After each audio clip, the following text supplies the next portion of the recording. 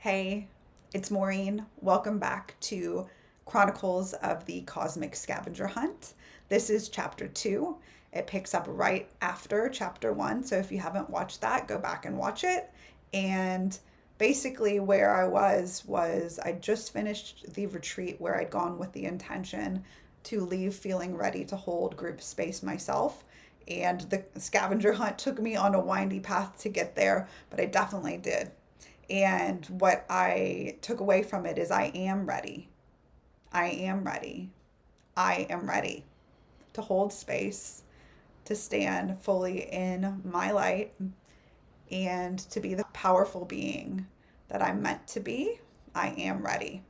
So, what's been coming through more clearly since then is honing in on my values, my philosophy, my approach, and really starting to turn up the volume on my own knowing and turn down the volume on taking everyone else's opinions in or deferring to someone in a position of authority and really starting to tune into myself. So that has been getting clearer and clearer over the last few weeks. It's actually been such a massive journey because it comes along with a lot of fear for me in terms of what happens when I start speaking my own truth. And so the scavenger hunt has continued on since I recorded this, but the messages are still so true for me about where am I giving away my power and why. And so this is really about a reclamation for me, and I sense that this is a message that a lot of us need to hear about reclaiming our own voice, reclaiming our own power, a healthy relationship with power, not seeing that as a dirty word. So we pick up right after the retreat when I got back and what was happening. So enjoy chapter 2 to do that and how I want to lead. And so when I got back, I was really integrating from it, and my energy was still really low. And I was trying to figure out what was going on, and I realized that one of the other women in the circle was having an experience that was very familiar to me in terms of her own energy. It was, an energetic signature that I was super familiar with in the past. And it's no longer my truth, but it came up to remind me what that used to feel like and to slingshot me, to go, you're no longer there, because that energy led to burnout for me. It led to me not feeling like I would have enough energy to be able to be of service in the way that I want to. It really held me back from starting to speak out the way that I wanted to.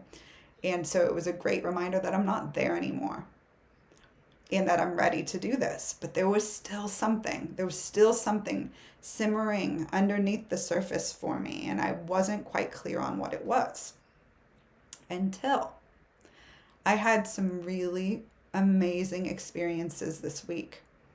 So again, the scavenger hunt led me to connect with a beautiful woman who lives locally, who we had just have so much in common. We have similar kind of mission and purpose here, similar energy. We're both verbal processors. Like, we were very similar, and we only connected because I had started sharing on Instagram. She had started sharing. We commented on each other's videos and we're like, yes.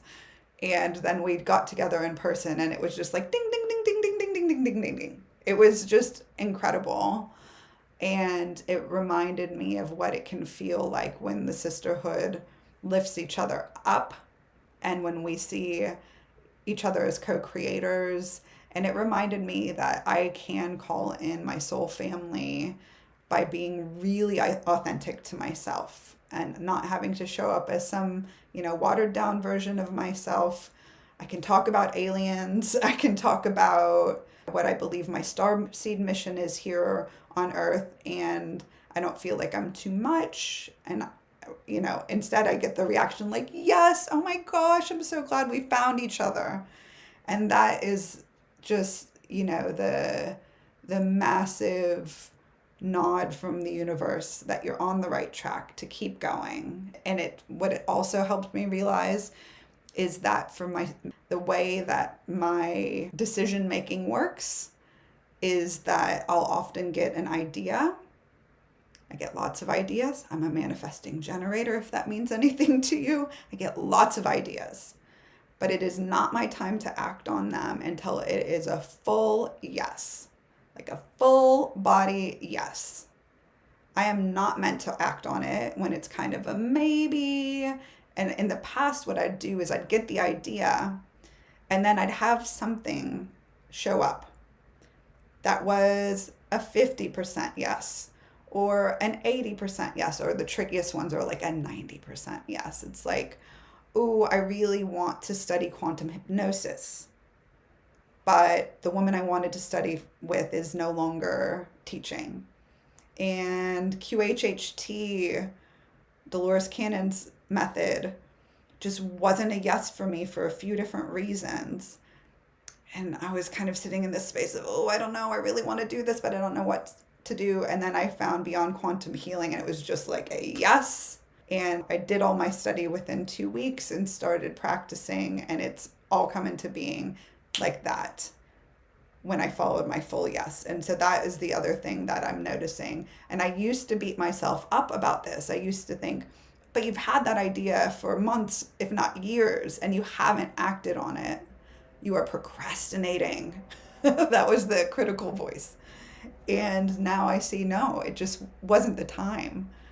And this is how the scavenger hunt is working now so much. It's like these things that were seeds planted months, if not years ago, including this YouTube channel. They weren't ready yet. There were other things that I need to gather along the way. There were other things that needed to be healed, other shadow aspects that needed to be integrated before I was going to be ready to speak my truth, to be fully seen, to be fully myself. Like so many things had to fall into place before all of those ideas that I had were ready to actually blossom. I also started getting other women coming to me who want to do sessions, want to do this new version of combination of life coaching and quantum hypnosis and intuitive guidance, something bigger that I'm really wanting to work on, which is something that was scaring me to believe that I have the right to claim that I can help in this way. There was this dimming of my light and the dimming of the belief in myself and in my truth, even though in my heart and in my soul, I know that this is what I came here to do. The feedback I've been getting from people is like, it's like you've been doing this for years. It's like you were made to do this. And that feels so true to me. It's a full body yes. And yet there's, that voice that comes in and says, who do you think you are? And, you don't have these qualifications, or you haven't been doing it this long, or she's been doing it longer and she's better than, just all of that stuff. And I was like, you know what? No, if I keep listening to that, I'm never going to do anything. And I was getting the message that the time is now. And so I had to do it. And here comes my cat. He is actually another part of this because he joins my sessions in that chair behind me when I have in-person sessions, and he activates something in people's sessions. He is part of the scavenger hunt and a medicine kitty. Is that why you've come in? I've just been journaling on some of the things that have come up. I reconnected with this woman who I worked with probably almost 15 years ago in my corporate job. And she reflected back to me this version of myself that I had cast aside. A very confident, successful version of myself. I was very ambitious and successful in that career, but because it didn't feel heart and soul aligned to me, part of me goes, that's irrelevant. And she just reflected back to me. She said, no, Maureen, I've always seen this in you, and I see it in you now, and I'm coming to work with you for a reason. And the world needs you, essentially, is the message that I was getting. And there was something just so healing about hearing that from a sister. It wasn't competition. It was like, I want to raise you up. And I feel exactly the same way about her. I feel the same way about all of the beautiful sisters that I've been meeting. And then yesterday, I had a chance to catch up with this beautiful woman, soul sister, who I met at the end of last year, and we connected at this wonderful, wacky yoga circle thing that we go to. And she and I just immediately were like, "Phew." But something wasn't aligned in the timing for both of us. And we hadn't been able to catch up for months. And instead of going into a story that I'm not good enough, she doesn't like me, I was too much when we first met, and now she's like, oh, I just trusted that we would reconnect when the time was right. And it was the perfect timing. And she is so intuitive and powerful. And I was sharing with her some of what I'm sharing with you, and she just reflected back to me, Maureen, where are you afraid to step into your power? And I was like, oh my gosh. Like, it's not even like a mental thing, if you've ever had this experience. It was like a full body activation. And it was more than that she said, but I'm just keeping it simple for this. I sat on the beach and meditated after we finished catching up to go, okay. I asked consciousness, show me what's unconscious here. A beautiful tool I've learned from one of my mentors. What I immediately got was a memory of being about 11. And it was a time in my life that was pure chaos. And this was something that actually came up in the retreat. So consciousness has been showing me this is a time of life to really look at. And it was a time when I started shining brightly. I'm going to use this as practice to do what I'm afraid to do. I'm going to talk about myself in a loving way and brag about myself, which is something we are taught not to do. But I was very bright. I was very intuitive. And this was really hard for my mom. And I have so much compassion for her because she had had a very hard childhood, and in a way that her childhood kind of ended when she was that age. And I think that when I started kind of growing and expanding beyond the stage where she felt like she had to stop growing, it really triggered something in her. And that came out as a lot of abuse.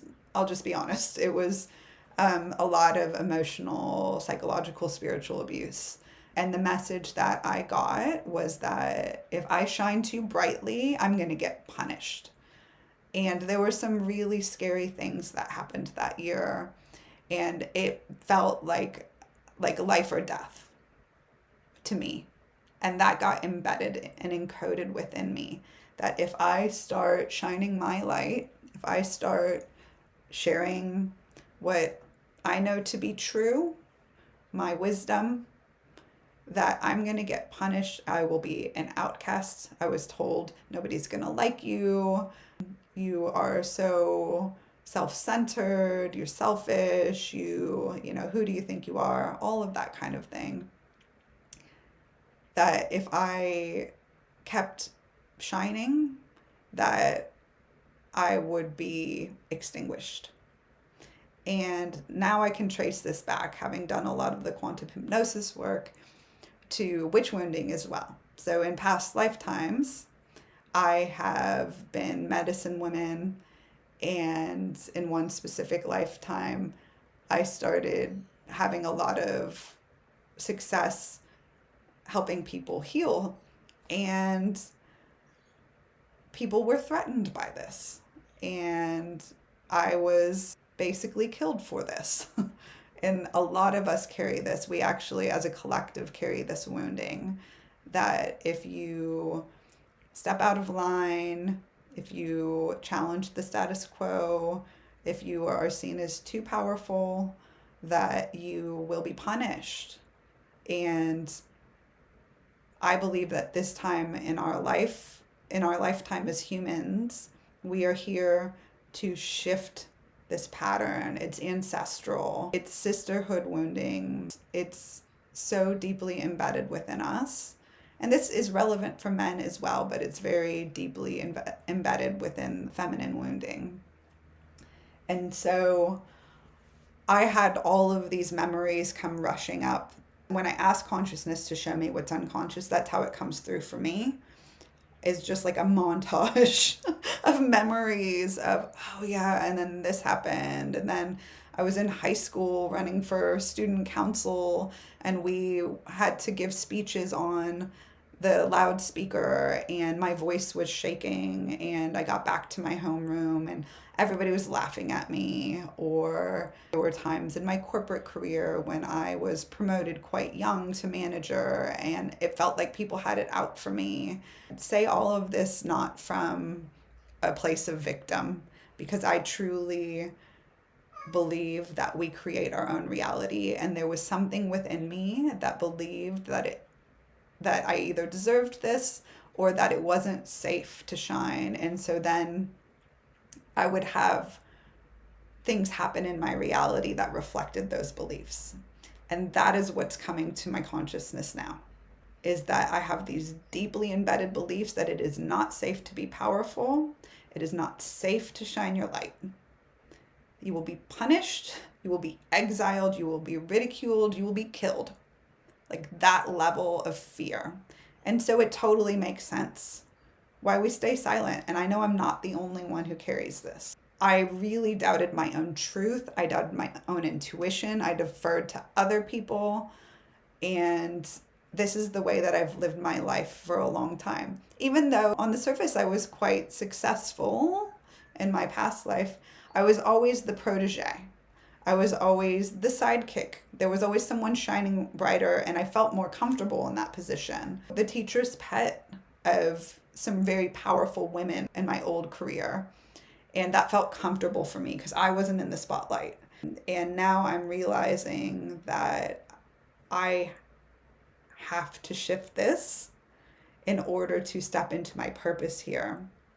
And I have to reclaim my voice. I have to reclaim my truth.